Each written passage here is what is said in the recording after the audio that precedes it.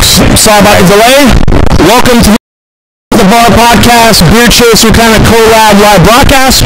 We're here tonight at Mermaid Juice, Mount Dora for the Sittin with September. Right. And it's your first time here at Mermaid Juice. What do you think? It's really cool. It's really small. It's really quaint, like a dive bar.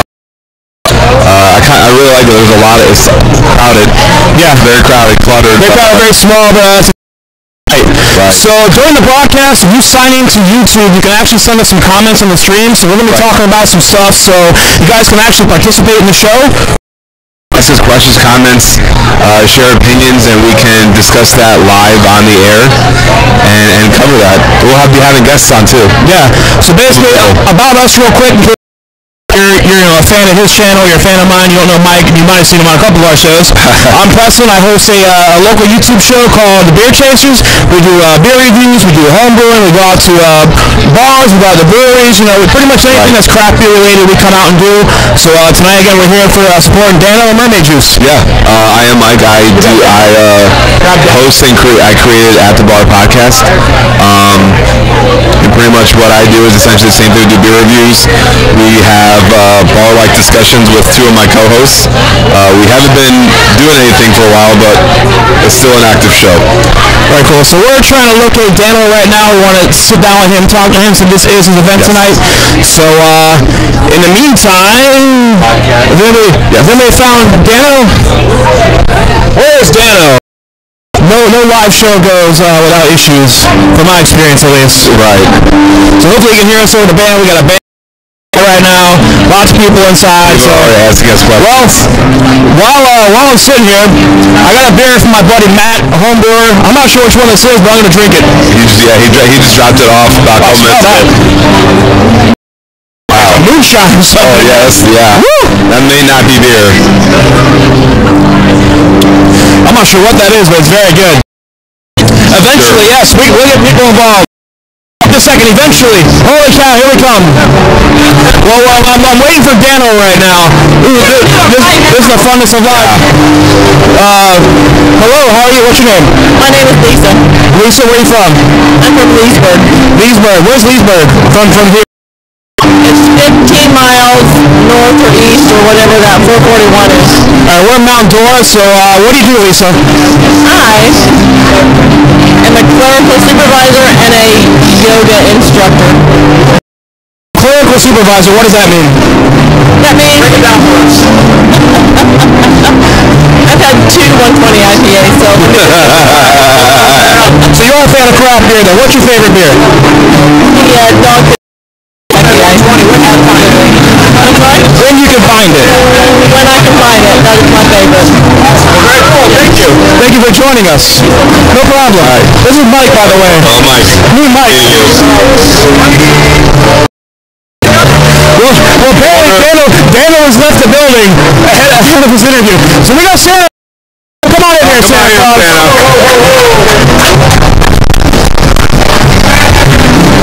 Come on, Santa. We're the next best thing. Oh, man.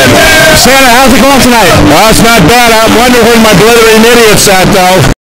I've been a very bad boy, Santa, and I did not pick you up any blithering idiot tonight. Oh, well, what about a horizontal? Or horizontal. Anything you name, unfortunately. Okay, so how have you been since we last saw you last year? I'm not fond of breaking open a couple bottles of Ed and Tom's Brew Ho Ho. I heard about this. So, for those who don't know, Santa Claus is actually a home brewer. Tell us about that. Well, the most recent one that I've opened is Ed and Tom's Brew Ho Ho, vintage 1995. So I actually have the description for that beer right here, and I want to read it right now. Oh, go right ahead. So this is for Ed and Tom's Christmas Brew Ho Ho beverage.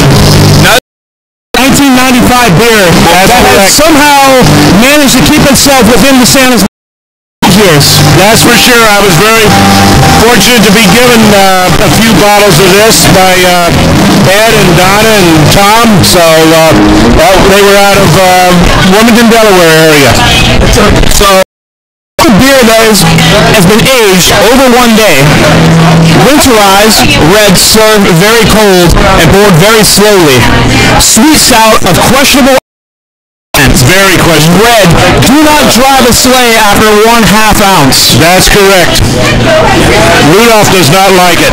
So this Brew Ho Ho has been selected the finest of its type. Namely, there never has been nor will ever be another one like this beverage. That's for sure. So according to some Surgeon General somewhere, no person in the right or left mind should attempt to imbibe this alcoholic beverage. That's for sure. They will wind up receiving a headache. And consumption of this alcoholic beverage definitely impairs anybody's ability to do anything, including driving a tractor, heading a sleigh. It'll probably cause some type of health problem. Yeah, that's probably. However, the pleasure of it is tremendous. And but other than that, Santa's friend Tom is getting ready to probably some type of a milk stout. We're just not sure what. I'm sure I'm going to have some help from the elves and from the Rudolph.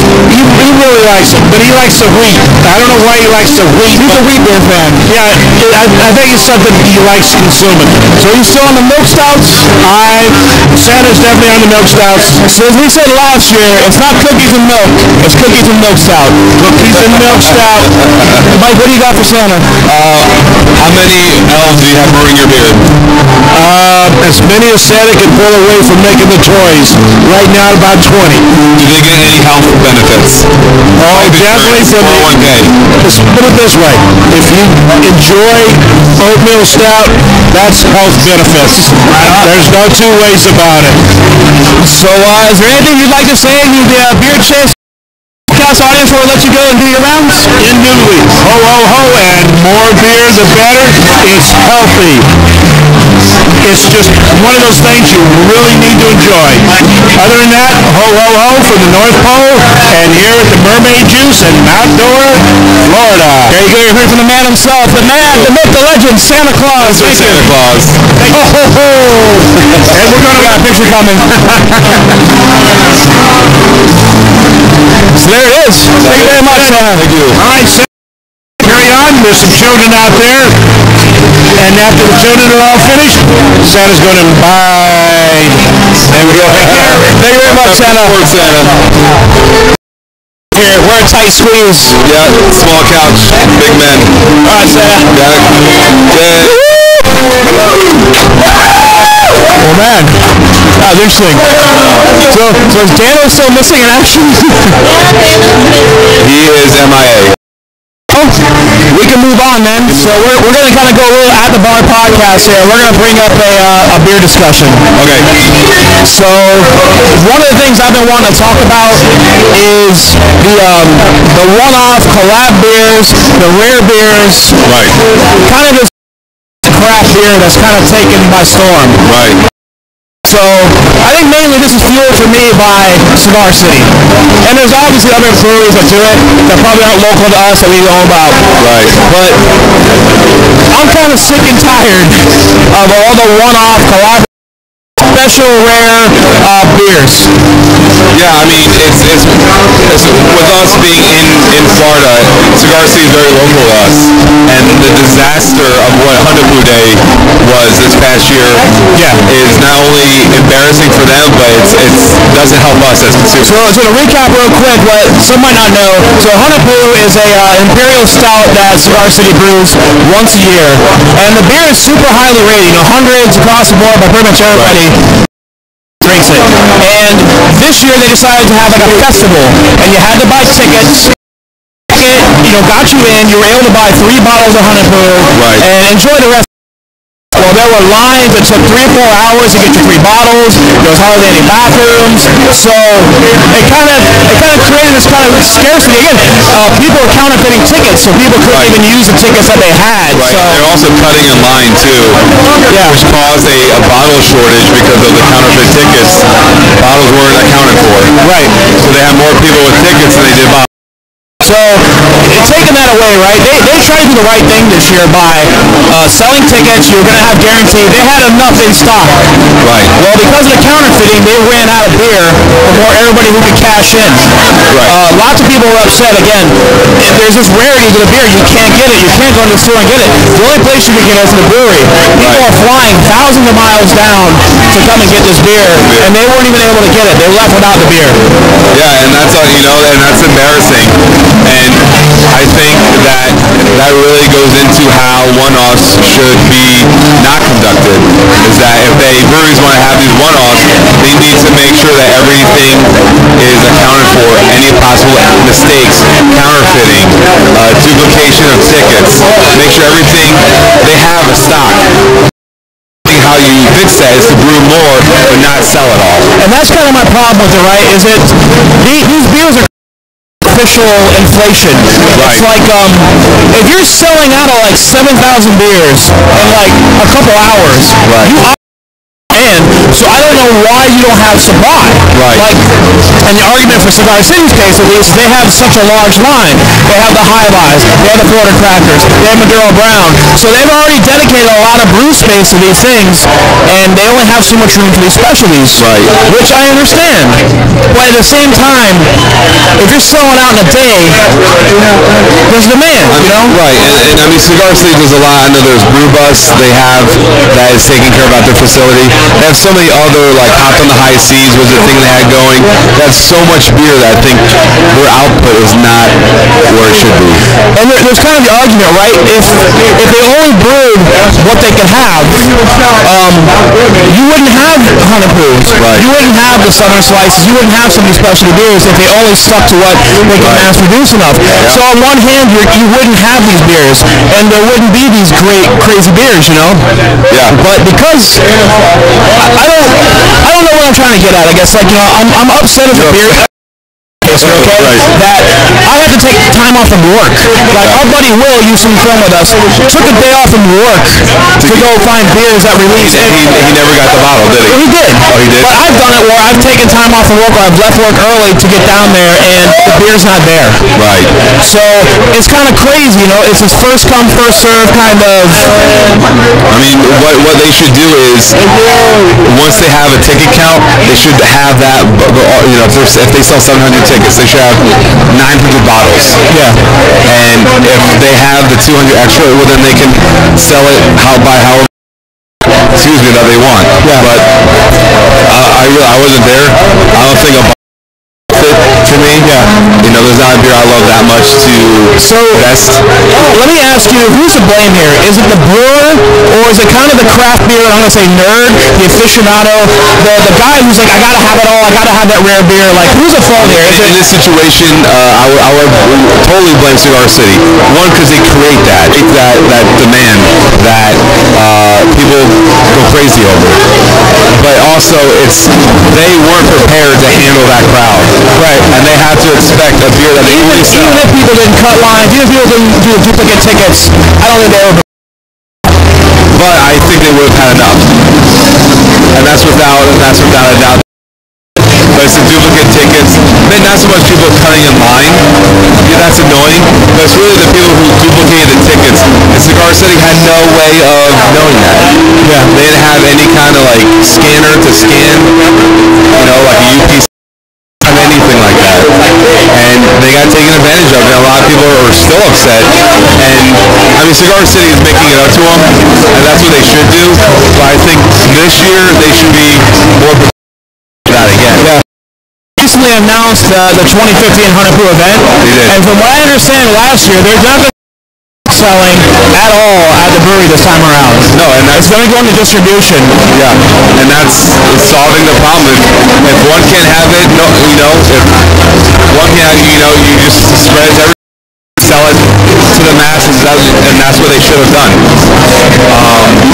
But I don't know, with going back to one-offs, I understand the need for it and for breweries to do it, but unless it's for like a holiday or like a brewery's anniversary, I don't think they should do that. That's just inflating the market. Yeah. Because Southern Slice, right, was a collaboration between Terrapin and Cigar City that I absolutely loved, and I had to go chasing for it. I found it at Cigar City. I found it at Lucan's Liquors, at the local liquor store here, and I managed to get, I think, 5 total bottles of it, which is more than some people. Some people didn't get any of it. I never had. So the fact that I had 5 and some people didn't get any is amazing, right? But once those 5 are gone, it's never going to be seen again. And it's kind of weird to me because the credo of craft beer is kind of the sharing of it. That's kind of what like unites craft brewers. Is like, I found this great beer, I want to share it with you. Right. And when you have these one-off collaborations, it kind of creates this hoarding kind of mentality. Yeah. Like, I don't want to drink this beer. Some people have more beer than they have special occasions to drink. Yeah. And it's them, yeah, like you said, it's them hoarding it and then them selling it for 5 times the price they paid for because somebody else wants it that bad. And I don't think that's what craft beer really is for. It's all about us drinking good beer together as a family kind of, and it's So I don't know moving forward what to do about it, because like I said, on one hand, I want to see these beers. You know, you would never see Hunter Brew at all if it was just a whole like, if you can't supply your demand, then don't brew it. Then we would never see these beers, and you would never know about them. So. But is it Cigar City? And I keep putting on Cigar City. I know there's plenty of others out there. That's just our local example. I mean, Three Floyds has their Dark Lord Day, and it's a whole festival of the same. It's essentially the same thing. But what can we do to fix it? I don't think we can do anything other than to, Sierra Nevada Beer Camp. Like, those are all beers that would collaborate that are never going to be made ever again. And I don't think that's fair to the consumer because you're teasing us. You know, you have this one beer and then once you have it, we'll never make it again. Yeah. Do they have to make it every year? No. Do they have to make it all year? No. Seasonals I kind of get. But right? You only want pumpkin beers at certain times. You want a winter beer. Right. But if you're going to brew a seasonal, make sure you have enough to do with demand. Again, Right. Will over here. Yeah. Come here, Will. Come here, Will. I'm talking about him like he's not even here. Where that mic go? What's of this? No, Boys, how you doing? Will here took time off from work to go find some good gourd. Yeah. Stoplight. I was about to turn into work. I called the local store. They said, hey man, we got a case in this morning. But guess what? Your 25-minute drive, you're going to have to do it with no guarantee. Okay, now. You got to get it now. No guarantee you're going to get it. We're not going to hold 10 a.m. in the morning. You buy this beer like you're a fucking fiend. Yeah, it's like, don't tell my coworkers, but you know, I'm making a beer run. Yeah, I made a B-double-E-double-R-U-N, beer run. So did you get any? I did. I got some. It was great. It was awesome. I love when I get some. That's the tastiest thing ever. And that's kind of beer chasing, right? I love the mentality of it, but when you gotta take time off from work, scour the internet looking for like alerts, like, hey, this thing's coming right now. You better get here. I think it's a little ridiculous. Well, it comes in the morning and any notice, although the day before I did get a tip that the next day they may with a capital M get a case of good gourd in. So I was like, well, you know, I guess I'm gonna I may call you tomorrow. I might come in tomorrow. I may skip work for an hour so I can come in and buy some beer and feel like a. But hey, it's all in good fun, right? So I don't know what the solution is. Like I said, is it more supply? Is it to stop doing it? You know? Well, in a way, it's like, I guess I'm just bitching for bitching's sake, I guess. If you had more supply, it may not be as special. Like, oh, well, I've had that before. I'm not going to buy that beer. I'm going to get some other beer. So in a way, it's like, it's good. Like, the scarcity makes you think you like it. And then you buy it and you're like, oh, this is good, but why did I fucking drive 2 hours for this beer? I don't know if it's that good. I mean, at the end of the day, it's us as consumers speaking with our wallets. We shouldn't participate in that. But we do, and that's what I'm saying. Is it we're all drunks? Is it the beer hoarder? Is it our fault because we enable? Yeah, we enable each other. Because I don't buy one, you're gonna buy 2, you motherfuckers. Exactly. That was the reports. Yeah, 1 bottle per person limit. All right. Hey, wife, why don't you come into the store and get another bottle for me? Hey, bum on the street, why don't you come in and get another bottle for me? Sooner or later, there's none left. Are you on? Yeah, I'm sure it has. Somebody got 8 Zukovs. Thanks, John, from Under the Bridge. I appreciate the help, man. It's awesome. Right on. All right, well, get out of here. Get out of here, will you? I'm not welcome anymore. Thank you. Thank you, Will. With that topic, I mean, I don't know what the answer is. I know there's a problem. And me being like an analytical guy, I want to solve it, but you can't. We're just not big enough. Yeah. You know, it would have to be a whole movement for everyone to say something. We're just gonna keep doing it, and we're gonna keep buying it. You want beer? No, I'm good. You're good? Yeah. Can someone give me a Skullness? I have a pounding headache. Like 4 beer reviews of the double IPAs, and like I think all that hoppy beer gave me a fucking migraine. So he's hanging on like a trooper. Yeah, I'm not 100%, but you know, it's here. We're doing it live. I've never done anything like this before. Yeah, it's stressful. Yeah, the settings we're probably using right now aren't the best. We apologize. I didn't know it comes out. Yeah, the initial stream. Yeah, we're not doing this for nothing. The initial stream had some audio issues. We weren't able to use these microphones. It was only picking up from the camera. As you can hear, there's a band going. So this is probably my 60th live broadcast of sorts. You know, as a broadcaster for EMMA. Yeah. Welcome to the hot seat, man. It's never, never go smooth. It's weird because we're in a foreign setting. Like we're not used to like their setup, like the internet, all the settings, right. And, like where everything is. And yeah, I think the internet's kind of going up and down a little bit too. We're losing streams. You guys are probably buffering, even if you hear us, which I hope to God you are. But either way, I'm having fun. If not, yeah, so. Well, whatever. I'll be happier when I get this beer. It's really confined, and you know, it's hot. I mean, you know, if anything goes wrong, it's not entirely our fault. Right on. Well, I mean, we've already gone awry. We've lost our first guest. I don't know what happened. We've talked with Santa Claus already. Santa was fun. We've done topic number 1. Milk stout and cookies this year for Santa. For real, yeah. And or blithering idiot. That's what it is. What milk stout would you get Santa if he came to your house? I think it had to be left-hand milk stout. I mean, that's... Son of a bitch. Can I take yours? Yeah. All right, you can do the nitro, and I'll do the regular. Okay. Yeah, that to me so far is my favorite milk stout. If you watch a lot of Beer Chaser episodes, maybe at the bar people haven't, but I typically don't like the super roasted, and the milk stout is just that perfect balance of just enough roastiness, just enough sweet. I like the fact they add the lactose in it, so it really makes it not so smoky, but more like a cream, right? Like a latte. Yeah, it's hot latte or cold latte. And there's a lot of people staring at us, kind of making me feel uncomfortable. I'll start right back at them. I'm just sweating a storm right now. Like the back of my head. That's what you had at Jeremiah's Burger, though. So you probably have the meat sweats going on right now. I'll keep my opinion. No, go for it, man. Go for it. It sucks. I hate it. Like Jeremiah sucks. Like for me, like when I take my wallet out and set my debit card on my wallet, and that's the only thing at the bar. Like that's a good sign that I want my fucking check. Were they busy, or was it just lack of attention? Jesus. Yeah, I saw that. God.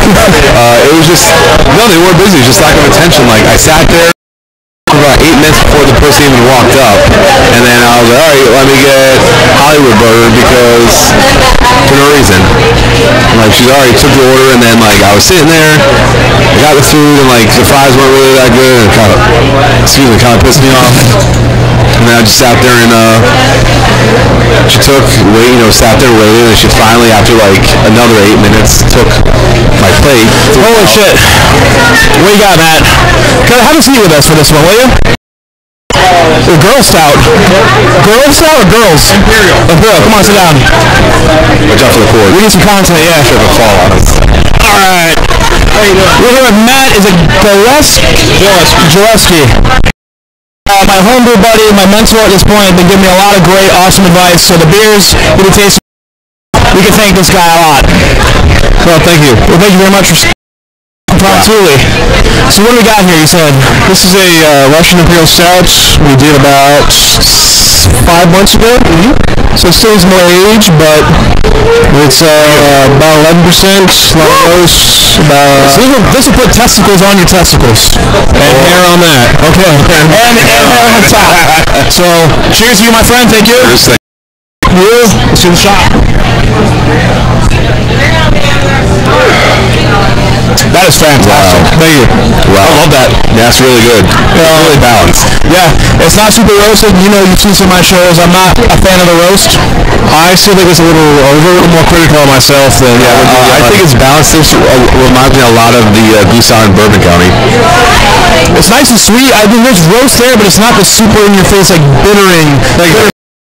Like it's kind of that lighter coffee roast. Cool. And then like on the back end, I get like the booze. Like you get a little like touch of. It's still pretty hot. I mean, it needs some time. But it's smooth. It's real smooth. For 11%. 11%. That's real smooth. That'll hurt you. So you brought some other stuff tonight. You did the blind pig IPAs. We're passing this around. Okay, you guys can post more. 11%. It's 11%. It's dangerous. It's a little hot, but not 11% hot. That's not. Yeah. That's smooth. It almost reminds me of the Breckenridge Vanilla Porter.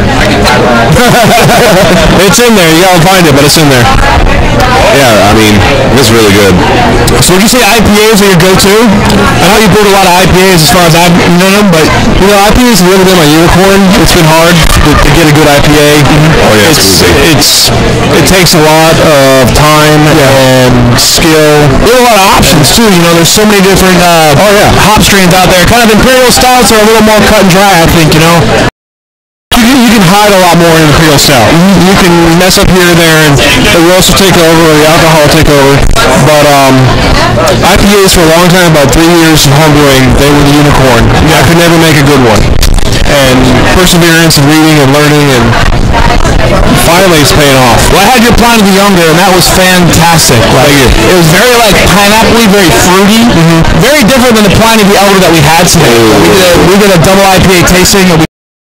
And all of us rated that very low when we blind tasted it against other beers. But when we had it separately, we kind of...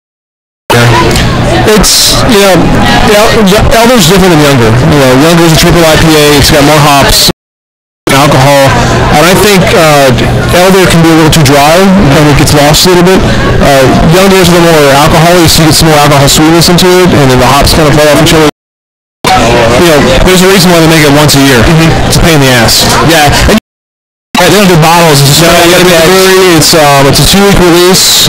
Usually they line up. You know, there's like 2 or 3 bars. That's the way you do it.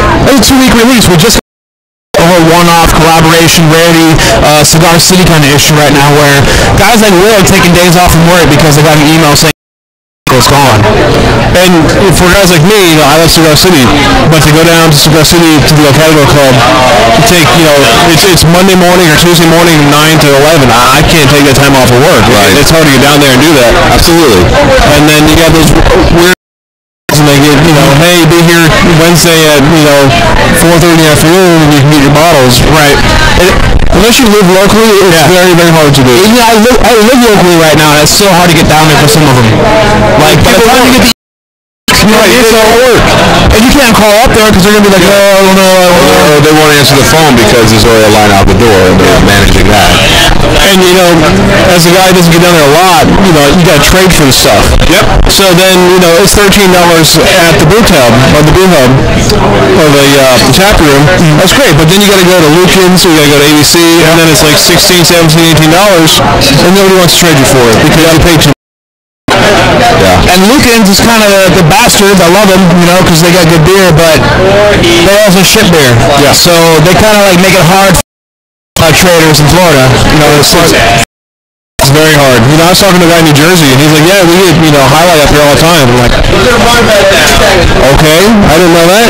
It seems like these breweries are catering to their newer markets more so than their original markets. Yeah. Cigar City is in, you know, New Jersey, New York, and they always have like White Oak Highland and all these beers that we gotta go around again. Yeah. And Tampa's not far. And that's great. That blows my mind that it's like that. So in a home brewing tip, what's some advice you can give somebody who wants to start home brewing? What do you think some good, you know, starter advice? If you want to start home brewing, I think the best thing you can do would probably be invest in temperature control. You can make really good beer with extract. You can make really good beer, partial mash. If you control the temperature temperature fermentation. And I think that's what went wrong with my initial Bernardus 12 clone, is we try to swamp cool it. And that's a Belgian that really needs to be temperature controlled. And I learned, it had a hot fusel alcohol flavor. A year later, it never went away.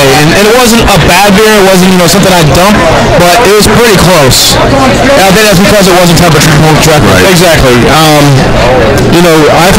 I try to pride myself on what I do, and I've had guys walk up to me with, all extract beer, and it's been temperature controlled, and you can't tell it was an extract beer. Yeah. And, you get some home brewers like, oh, you do extract, you kind of get this stigma, but, if you really just control your temperature release, it's the single biggest thing you can do at home brew.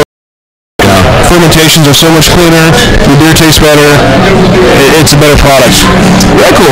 Well, I appreciate the impromptu stopping. No problem, thank you. If you're trying to maybe your wife for her birthday, so I want to keep it too long. She's 30, I'll give her a quick shout out, Emily. Happy birthday, Emily. 30. Woo. Thank you. Walking up there.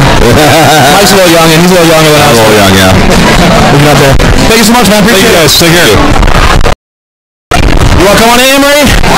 Join us up. Well, we'll just roll right to the next guest.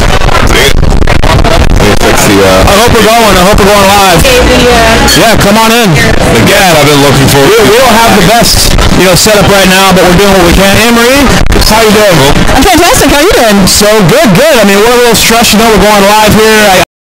We're live at this moment, but I'm hoping we're recording at the very worst. And then when you told me you were going to go live from here on, I was like, have you ever been to one of these events? I have. It was crazy, but we love Dano. Dano's crazy, so we figured we'd try it out. Even though Dano's not here.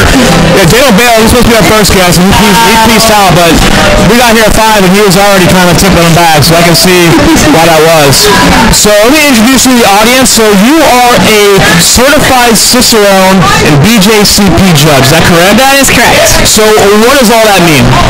Well, a certified Cicerone is someone who proficiency in beer history, style guidelines, service, proper pour, all the different aspects of beer, all the way up to food pairings. And then BJCP judge, I'm actually a judge for beer and mead, so it's very similar. BJCP, the way I interpret it, BJCP is a little bit more strict than the Cicerone program because BJCP has guidelines that define styles. Okay. So when you're judging a beer, you're judging a beer based on those style guidelines. And those are like 1 through 20 or 1 through 19 or something? Or? I think we're 1 through 21. Okay. So and then, Belgians are like 18, then there's like 18A, 18B, correct, 18C. yes.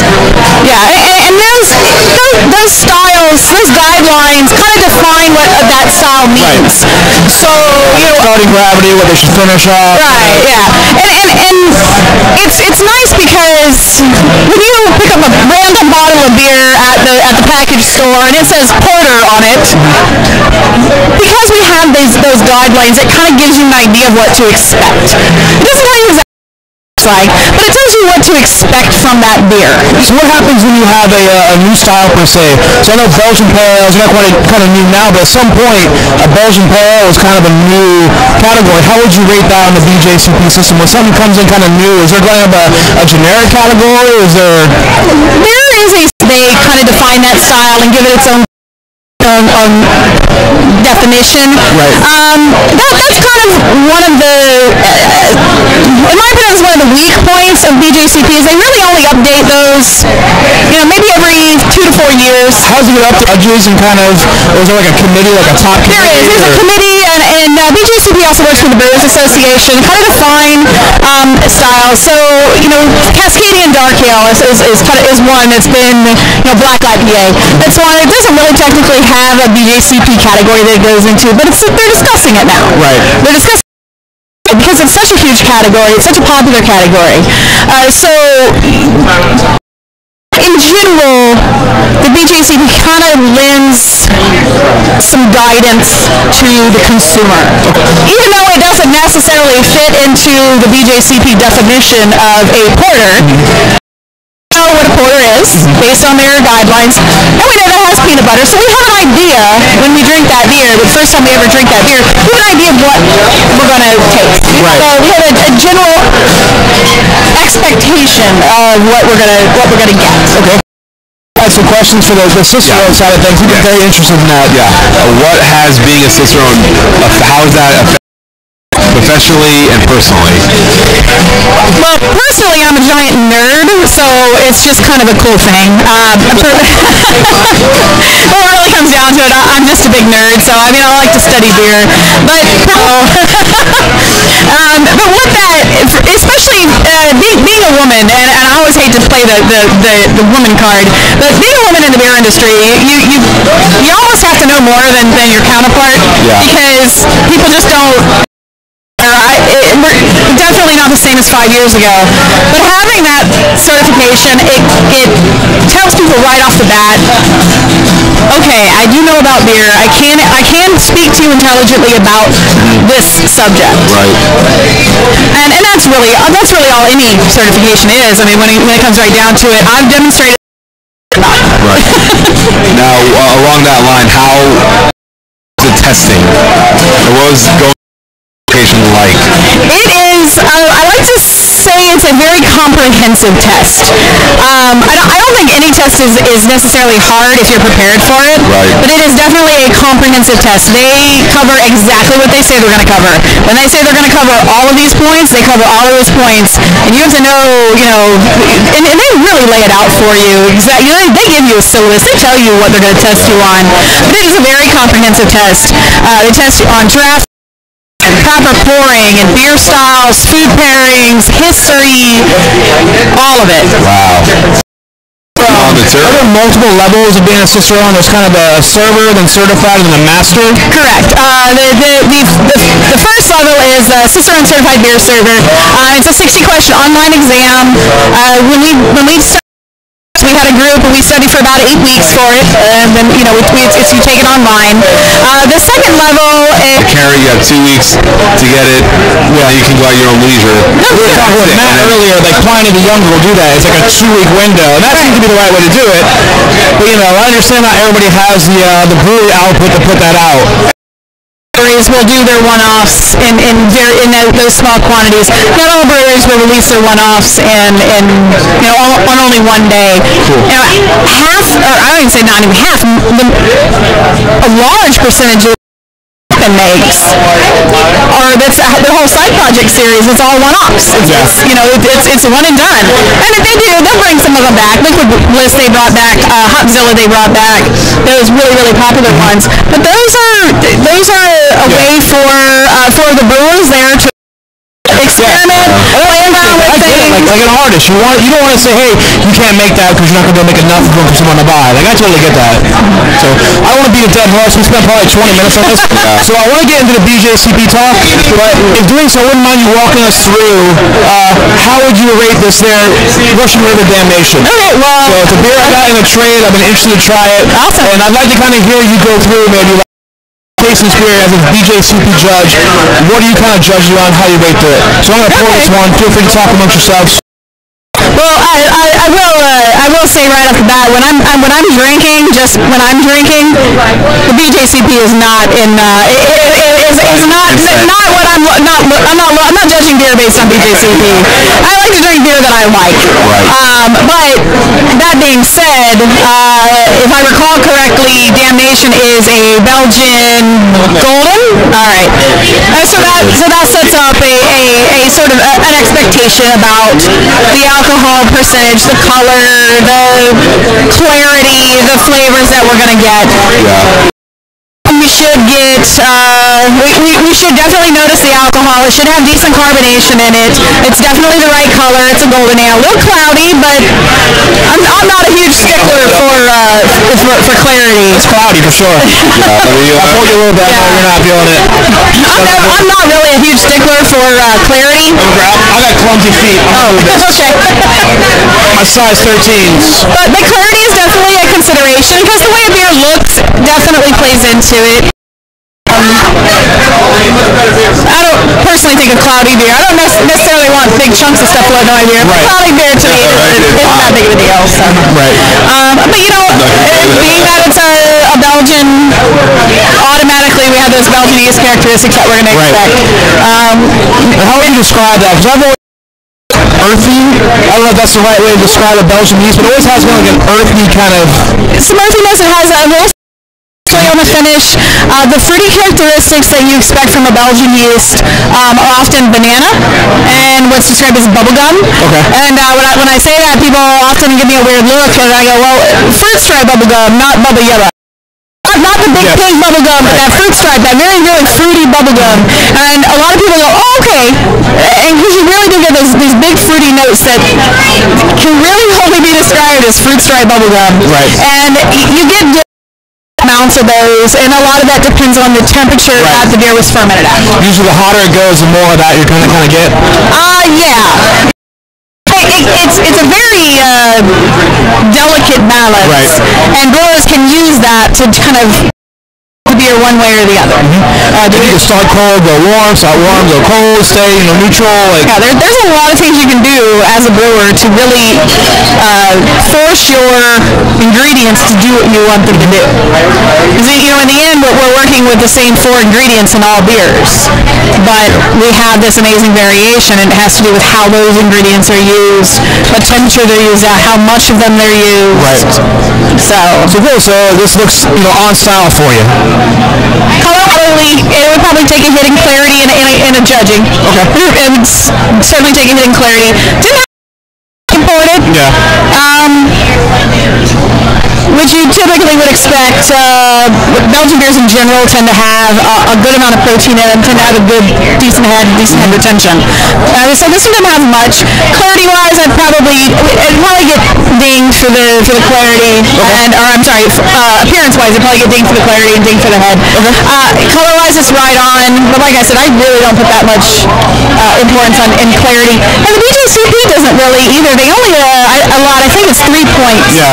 As long as there's not like a bunch of stuff floating in there. Right. Yeah, you got 3 points of 50 points that are devoted to clarity. Okay. So even if a beer doesn't look right, it's still not that big of an issue. If everything else is on point, your clarity is going to. So, of course, aroma is always a huge part of beer.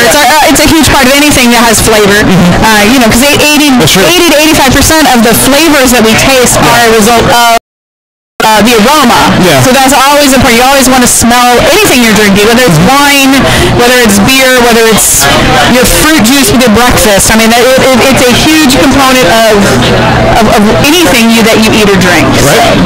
So we're going to taste this? So are you using any special swallowing? It's often experienced like chewing. Not really chewing the beer, obviously, but it's basically the way I do it. I put the beer in my mouth and just kind of force it across my tongue. Okay. So you kind of force it back. Right. And then usually the second sip I take, I'll put my mouth and then through my teeth. Kind of like sometimes you'll see wine during a wine tasting. People will kind of suck the air across their teeth a little bit, and that pulls all of those. Activates that aroma almost in your mouth. Yeah, it pulls those volatile aromatics back to the back of your palate, where your smell sensors can pick those up. So it helps to kind of really flesh out all the flavors, all the aromatics that are. So. I can see that. I've never done that before, but that really pops that yeast for me, that yeast flavor, that Belgian yeast. Pulls out some of the spiciness, pulls out some of the fruitiness. Really shows you how much alcohol is in that. Yeah, definitely. You definitely get the booziness in that one. No one says, I'm not sure what it is. Double check. Probably going to be close to 10%. It's actually, it tastes, you're a blonde, if I recall correctly, is anywhere from 7.5 to 10%, or 7.5 to 10.5%. It's right on the low end. So it's on the low end, but it's within the guidelines. But I would have guessed it does have a lot of booziness to it. Do we know how old this one is? To be honest, it should be fresh-ish. Okay. It was done on a tray. I think they have the dates on here. 5/19/14, so not terribly old. Oh, pretty fresh, yeah. It's not like we're sitting on a 3-year-old here. Okay. This is actually the first time I've ever had it fresh, so. It's not bad at all. That's good. Not at all. No. For 7.7? Yeah. You don't taste it. whether it's a part of the style or not, I don't know, but normally, like, you can kind of pick it up. It's nice to be able to feel a little bit of the alcohol or taste a little bit of the alcohol, just because if you're drinking something this heavy, if I'm drinking something that's 7 or 9 or 11%, I kind of want to be reminded when I'm drinking that. Right. Because it's something you kind of have to tread lightly with. The higher the alcohol is, you're going to be a little bit more careful. Yeah, you won't get yourself in trouble not knowing it. I like to be reminded that I'm drinking something that's high alcohol. Right. So I don't mind having those alcohol, those higher alcohols there present. And what that does is a lot of people think, candy sugars can make beer sweeter. In reality, those are very easily fermented sugars. So the yeast ferment those out completely dry. It bumps the alcohol. It actually dries out the beer. Right. So a lot of these Belgian beers, and I would imagine this one as well, those additions of those simple sugars. Side note real quick, and you might have some information on this. I've heard, being a homebrew, that you don't have to use Belgian candy sugar per se, that some people say it's a waste of money. Your opinion on that? People say you can use a straight total sugar, or, turbinado, or...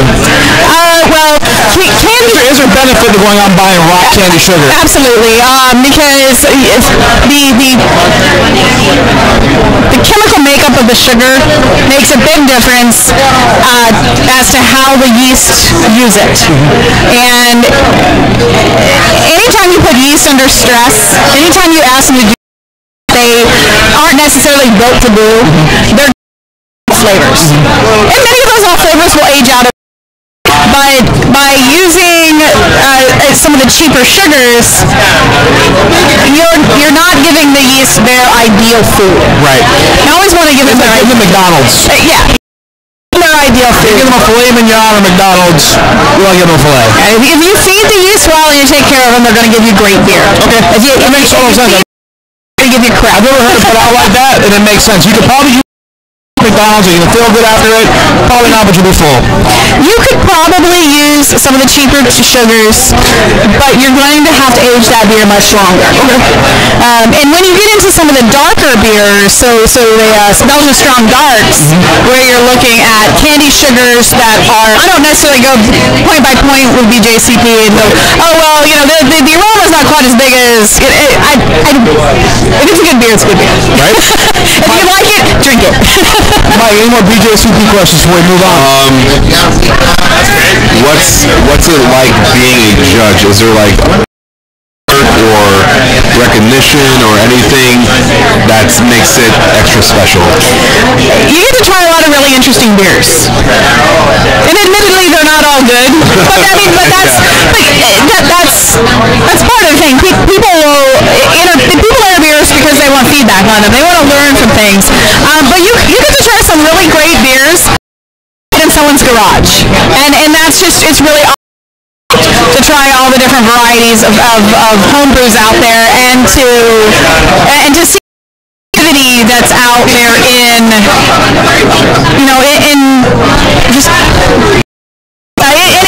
people's households. And people are doing this as a hobby, and you'll taste beers judging that are better than some of the commercial beers that are out there. That brings me to a question. Do you have any advice for homebrewers on how they can get better scores when they enter into a BJCP kind of contest? What's something off the top that you can get out there that'll help some people? First of all, know your guidelines. If you're going to enter a brown porter, know what a brown porter means. And brew it to be a brown porter. Don't brew what you think is a brown porter. Look at the guidelines, look up the numbers, and construct a recipe based on those numbers. But that aside, one of the best pieces of advice I ever got, it was actually from Mike Ferguson, he's Beer Geeks host now, but he's also with BJ's Brew House. Okay. He said when he enters a beer in a competition, he gets together a group of people that know beer, and he gives it to them blind, and he has them tell him what style it is. That's what he enters the beer as. Okay. So just because you brewed an IPA doesn't necessarily, you may not have gotten hop utilization correct. Just because you meant to have a double IPA, you may have ended up with just a regular IPA. If it is double IPA, doesn't matter how great it tastes, it's not going to score well. Right. if you have a group of people or you trust your own taste buds, and you enter the beer for what it tastes like, that is going to definitely get you better scores. You know, don't enter a that turned out too light as an imperial stout. You may have meant it to be an imperial stout, but it may have actually come out more like a robust porter. Maybe you should enter it there. Right. All night here. I do want to move on to one last topic. So it is the Volusia Beer Week. So this is one of your big events. It is. Coming up in February again this year. So talk a little bit about that. We get started with the Volusia Beer Week. Well, the Volusia Beer Week, it all started with the DeLand Craft Beer Festival. We'll be going into our 6th year with the DeLand Craft Beer Festival this year. It started out in DeLand, 50 people, one little warehouse. I think we had maybe 50 beers. And the festival was really designed to be something that really celebrated the art of craft beer, the community of craft beer, and there was a huge education component. Well, it's awesome because it's not just like one little city trying to cash in on, like, they're actually doing it, with respect. We started with the Volusia DeLand Craft Beer Festival, and then 2 years ago we Craft Beer Week. And this year we're expanding DeLand Craft Beer Week into Volusia Beer Week, because Volusia County really is blossoming. A year and a half ago we had no breweries. We currently have, I think we're coming up on 6 now. Right. So we really have a county that's blossoming in the industry, and we wanted to be able to make our little tiny event something that could embrace the entire county. And we're bringing back the Mad Monk Mashup. Absolutely. The competition. Yeah, Mad Monk Mashup is a BJCP sanctioned competition that focuses on categories 16, 17, and 18. So your Belgian beers and your sour beers. I believe I got an 18E, Belgian Strong Darks. Awesome. Coming in this time. So we had one last year. It was probably my first all-grain batch I ever brewed. Trying to we talked about that earlier, I think. With the fermentation, temperature control, not so good. Lots of hot fuel alcohol. It wasn't carbonated. Not a good showing. So I'm hoping this year I'll have something in there that's a little better. We'll judge a little better. Awesome. Well, I look forward to trying it. That's awesome. Anne-Marie, thank you so much for the time. Thank you. And where can we find you? Where can people find you? Where can people hold you? Find me on Facebook, Anne-Marie Days. Volusia Beer Week is on Facebook. You can also find me at craftbeveragesales.com. Awesome. Well, thank you so much. Appreciate it tonight. Yes. And that one's yours. Thank you, Mike. Thank you. Yeah, you learn a lot. This is just us sitting here getting wasted. It's learning, right? Know each other, but from other professionals. Hey, do we have a Dano sighting anywhere? Has Dano been sighted? Has he left? He has left the building. I see a luxurious beard over there, that's right. Yeah, pretty much. But yeah, I mean, it's been fun. I hope this turns out well. Well, me too. I'm watching the stream status go from good to bad to no data to big data. So I'm watching it too. I kind of peek over. It's like, oh god. Well, we're tied to the internet connection we have. Yeah, I mean that's it. The equipment we have, and the bottom line is we went to bat. Right. Home run, but the most important thing to do is at least go to bat. Yeah. I think the replay will be better. I don't think it'll have a lot of the streaming issues. It'll probably put it together. Yeah. So I'm just worried about the audio. But I mean, now that Anne-Marie, is Cicerone and she's judge, I think that really brings up my next topic about the state of craft beer. Okay. Personally, I'm just going to jump right in. Personally, I think that craft breweries are ruining craft beer. Now, how is that possible? The reason I think is because every year there's all these breweries opening up, and they make all these all-around beers, all these seasonal beers, all these one-offs, and by flooding the market, I think is making craft beer extremely mainstream, which is not what craft beer is, I think. So beers for like, you know, the modern in it kind of guy. You know, it's not your grandpa's beer anymore. You know, the Generation Y beer. And for the young crowd, you know, 30, 35 even, you know. So if I can navigate kind of through what you're saying, I think it's not special anymore. It's easy to find. There's lots of it out there, which makes really navigating and picking something out even more difficult. Right. Even though you have more choice, sometimes more choice isn't always a good thing. Right. And then, I mean, you can break that down to smaller, but like, if you go out to a Buffalo Wild Wings, if you went to Buffalo Wild Wings 5 years ago, how many craft beer taps do you think they had? None. Maybe 5. Maybe one. Maybe 5. I would say maybe one. Now, maybe they'd have like a Sierra Nevada. Like a Sierra Nevada Pale Ale. They probably had a Dogfish. Right. You know, a couple of the bigger name craft breweries they would have. But now it's like, if Buffalo's have 40 taps, 32 of them are craft beer. Yeah. They even have their own craft beer line. Buffalo's with, they do, I believe, Red Hook. Really? Yeah, Buffalo's have their own in.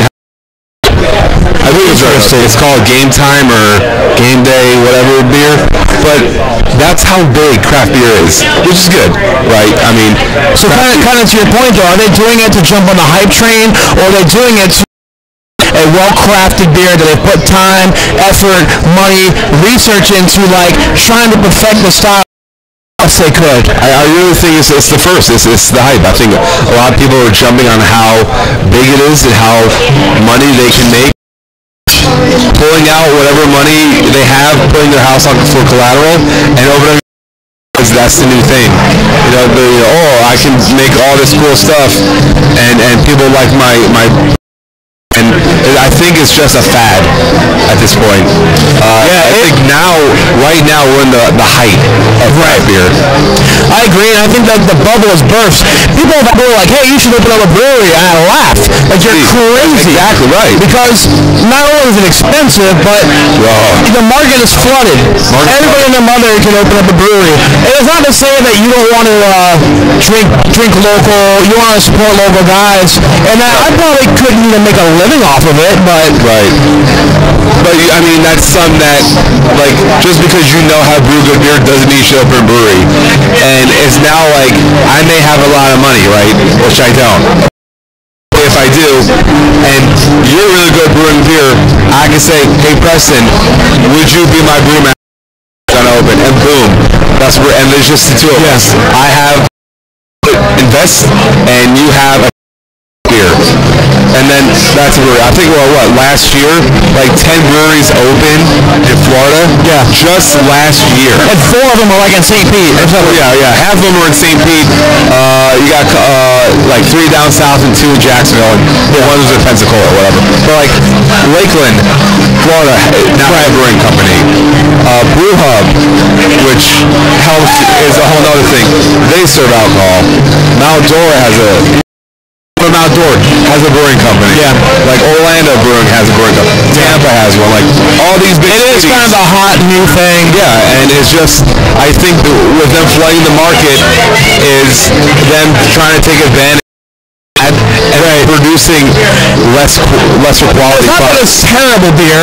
It's on style probably, but it defeats, like you're saying, it's not true crafted beer. It's not. And it's to the point where majority of the people are just copycatting everybody. Yeah.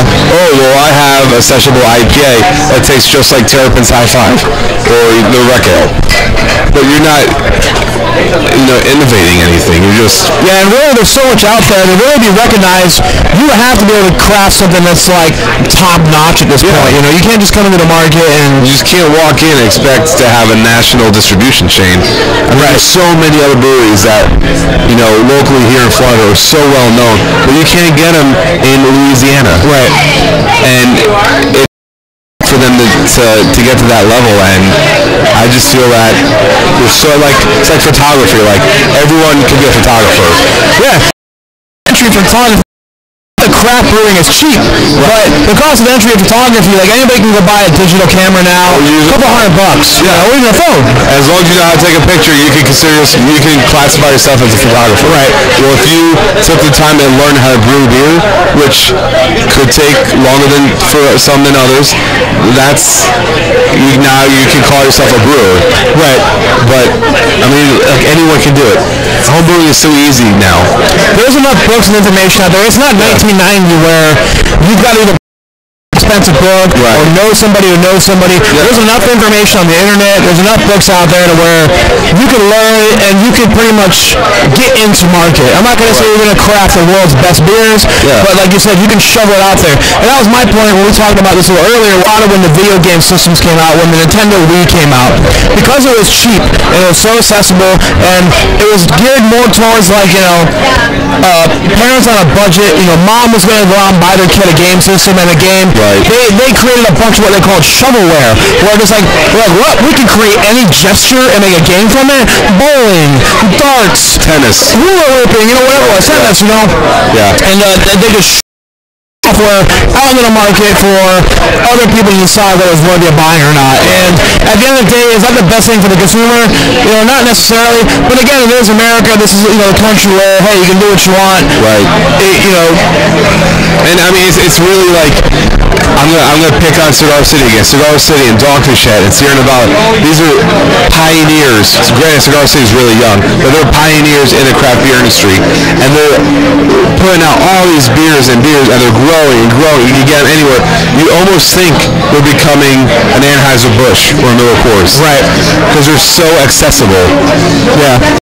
You get Dogfish really in any bar, for the most part. Nightclubs, obviously you won't get Dogfish in a nightclub. But a sit-down bar or a pub, more likely you're gonna have either Sierra Nevada on tap, Dogfish on tap. Terrapin is at that level now, and it's like your output may put you in a microbrewery, really outputting so many gallons, but those gallons are freaking everywhere. Yeah. So, what do you classify that as? Like a microbrewery? I'm not sure what it is. Like it's under so many, you know, a million or 2 million or whatever. It's an output of gallons, but those gallons are everywhere. Yeah. Like you can get, you know, Cigar City in Pennsylvania, and yet they call themselves a craft beer. Right. You can get Dogfish Head in Alaska. I don't know that for sure, but assuming. I'm sure you can. But they're considered a craft beer. But what is craft beer? Yeah.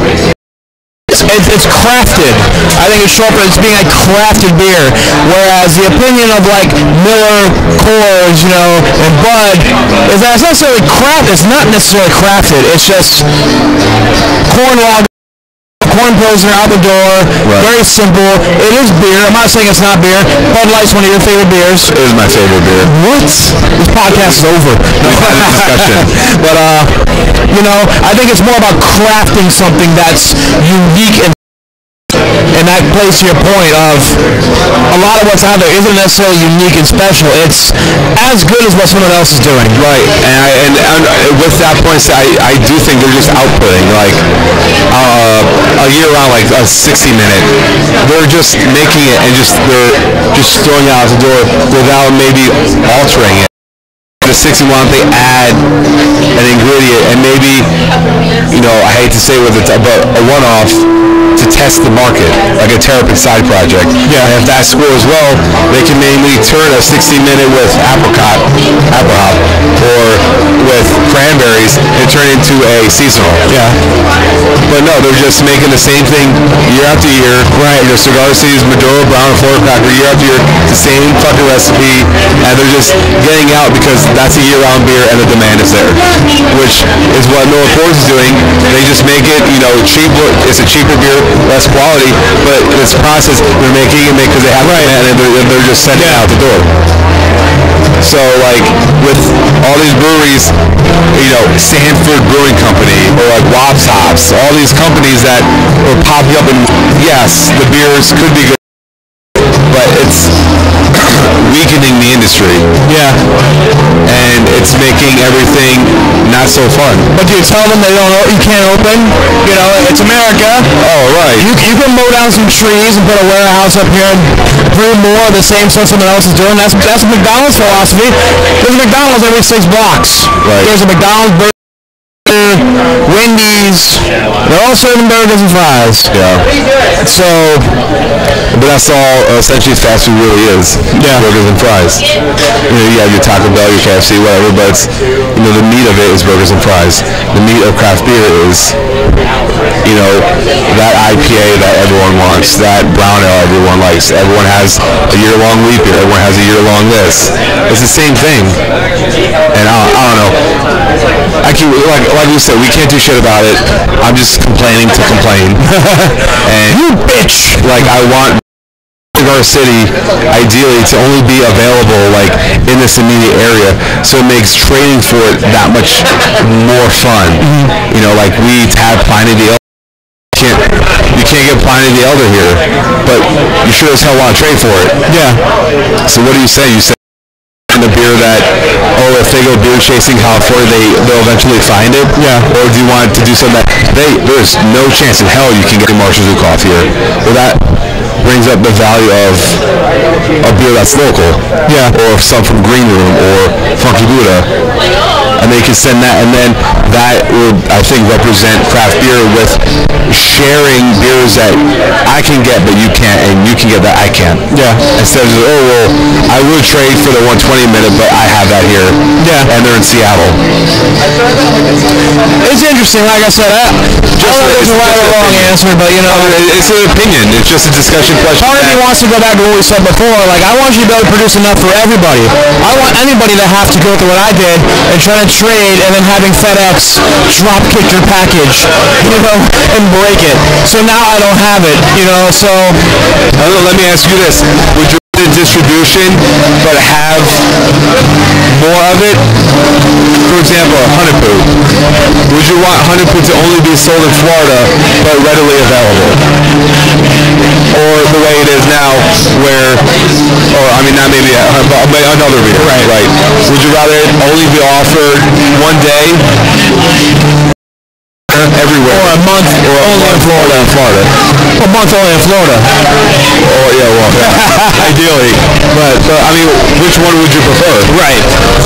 That's something that... Well, that's for me. But now if you ask me for Pliny the Elder, do you want that only available for a month there, or, I don't want that here. But at the same time, there's so many beers, again, it goes back to our point before, I don't know if it's a problem of me, not necessarily me per se, but that completionist attitude beer nerd. Right. We're definitely not the casual beer drinker. And I'm not going to say we're the top echelon. Yeah. We're middle somewhere, so I don't know if it's my problem as I gotta have them all. Right. Or is it a supply-demand problem, It could be just I would probably never order Pliny the Elder, but I like it. Yeah. I like knowing I have good gourd. I have Marshall Zukov. I like a bragging. I love the chase when it's a fair chase. Right. When I have the ability to get it. Right. When I gotta start taking out time from work. When I've gotta have an inside, someone saying hey, tomorrow morning we're putting it out, so get down here. Which thankfully I have a couple. But when it's... What would you, think about what would you want? Have it available 1 month in Florida? Or would you want to have it nationwide? Both. I want both. You can't have both. Sorry, America, you can't have both. Bullshit. This is America. I gotta have my cake and eat it too. But that's a good question that we all should think about. Is craft beer ruining itself? Is it imploding? Yeah. I'd say yes. I think that bubble has burst. Slowly. I think we are at the top of the roller coaster. Yeah. Right now, yeah. Shit. There's podcasts about beer. Yeah. Nerds. Suckers. Well, real quick, I got a couple things of pickles to give away. Okay, so maybe I'll just yell at somebody. Hey, you! Here, look. Big cute guys here to the left. To the left. The guy with the beard, the other guy with... Hey, who likes pickles? Who likes pickles? All you gotta do is talk. You just gotta talk to us for 1 minute. You just gotta sit and talk for 1 minute. I'll give you some pickles. Hey, great. I've only got 2 jars, and then we have a contest or something. Who wants pickles more? I don't think anybody likes pickles more than me. Those are fighting words. Apparently. So. Pickled okra, pickled cauliflower, pickled berries. All right. last question. What's your favorite beer? What do you like to drink? I can't drink beer because I'm gluten intolerant. I like cider. Okay, what's your favorite cider? Cider's fun. Favorite gluten? Mike is a cider guy. The Johnny Appleseed was pretty good. Johnny Appleseed, just regular straight Johnny And I Appleseed. like woodchuck amber. Okay, Woodchuck Amber. Hell yeah. Well, there you go. Free pickles to you. Amber. Thank you for stopping in. No problem. Take that, thank you. And I got one more. President of Beer Chasers, Mike from the Bar Podcast. We're on YouTube. We got more pickles. I think we just... Who wants pickles? There it goes. All right. Well, we're doing a live broadcast of the YouTubes right now. What's your name? Courtney. Courtney, you like pickles? I pickles for you. love pickles. Have you had the Brooklyn Brine pickles before? No, I have not. So these are soaked in dogfish beer with caramelized onions. And Cascade hops. Cascade hops. They're really absolutely hot. amazing. They're a little spicy. They And by sound hot, I like mean with my hoppy. crown. Very good. Very cool. So what's your favorite? Drink beer. I drink whiskey. What's your favorite whiskey? Crown. Crown? Just straight Crown? Yes. That's so easy. That's so boring. Get out of here. Enjoy your pickles. Thank you. All right, that's it. I'm sorry. Share those. Thank you very much. Well, that was easy. That was easy. Apparently, They just cheered their pickles. all you need to get chicks is pickles. Apparently. I didn't know that. I'm married guys, so it doesn't matter, but that's advice for you. They went nuts for your pickles. They did. We love our pickles. And with that, I think we're going to wrap up. It's not going to get any better than that. So, thank you all for joining our live stream. Hopefully, it's been up, it's been down. I can't quite tell. It's the internet. Yeah. I don't even know how this is going to sound, but Yeah, so we're here again, live broadcast, Mermaid Juice, Mount Dora, Florida. Next year, you gotta come on, man. It's a good time. it's a good, very good time. I enjoyed myself. Yeah, it's your first time here, so really Yeah. explain this experience to you. Like, coming in, I told you about it. It's an Right. antique Well, I store walked at in. the bar. I walked in. I was like, "What the fuck is around me? This is all a bunch of old shit." And then there was a Santa with a cigarette in his mouth, and he said, "Don't take my cig, asshole." I'm like, "I like this place." It's great and unique, and I like it. It's on my way, but they have good beer. It's reasonably priced. They have good taps. Well, That's Santa. I will say that there's a lot of hot girls here. You can say that. You did. It's a fact. Well, I'm hanging out with married men, so there's that. I'm just kidding. I love you guys. Happily married. Is Santa still here? No, I'm gonna go take a picture with him. Well, the stream isn't coming back to good, quote unquote. Again, I think it's the live might not be so good, but I think the replay, it'll all be there. I really hope that audio from the mics is getting captured, because this will help block out a lot of the ambient noise. I hope so too. Huh? We'll put it on the thumbnail. I know. Best picture ever. Well, put it in front of the camera, kind of. That's our picture with Santa. I don't know if you're gonna be able to see that, but We both get really hold hot. on. Up higher. There you go. Oh yeah. I think I might hang down my fridge. That's my copy. Well, scan that in and email it. I will. But We're still bad. oh well. Bullshit. Bad to the bone. Bull fucking shit. All right. So we can talk about beer. Beer is good. Beer is good. Beer is good. And stuff. So when you first got here, you had a nitro beer. I did. And I love most beers on nitro. Who was it? Red Rooster? What you had was Tell me. Rivertown, Yeah, Red Rooster. No. Rivertown Porter on Vanilla Nitro. Espresso Porter on nitro. It was fantastic. The Nitro was definitely creamy. It definitely gave it like a really creamy mouthfeel. On good. And we're on good. So creamy mouthfeel, it was awesome. Hopefully we're good again. So we're going to peace out while we can. The stream is still good. So thank you for watching. Thank you very much. Maybe we'll do another one again. Probably not. It's a lot of stress. Maybe in a different locale. But anyways, I'm Mike. Well, I'm President from the Beer Chasers. I'm Mike from At the Bar Podcast. This was the Beer Chaser at the Bar Podcast collaboration. Slightly drunken, slightly headachy kind of podcast. And we will see you freaks later.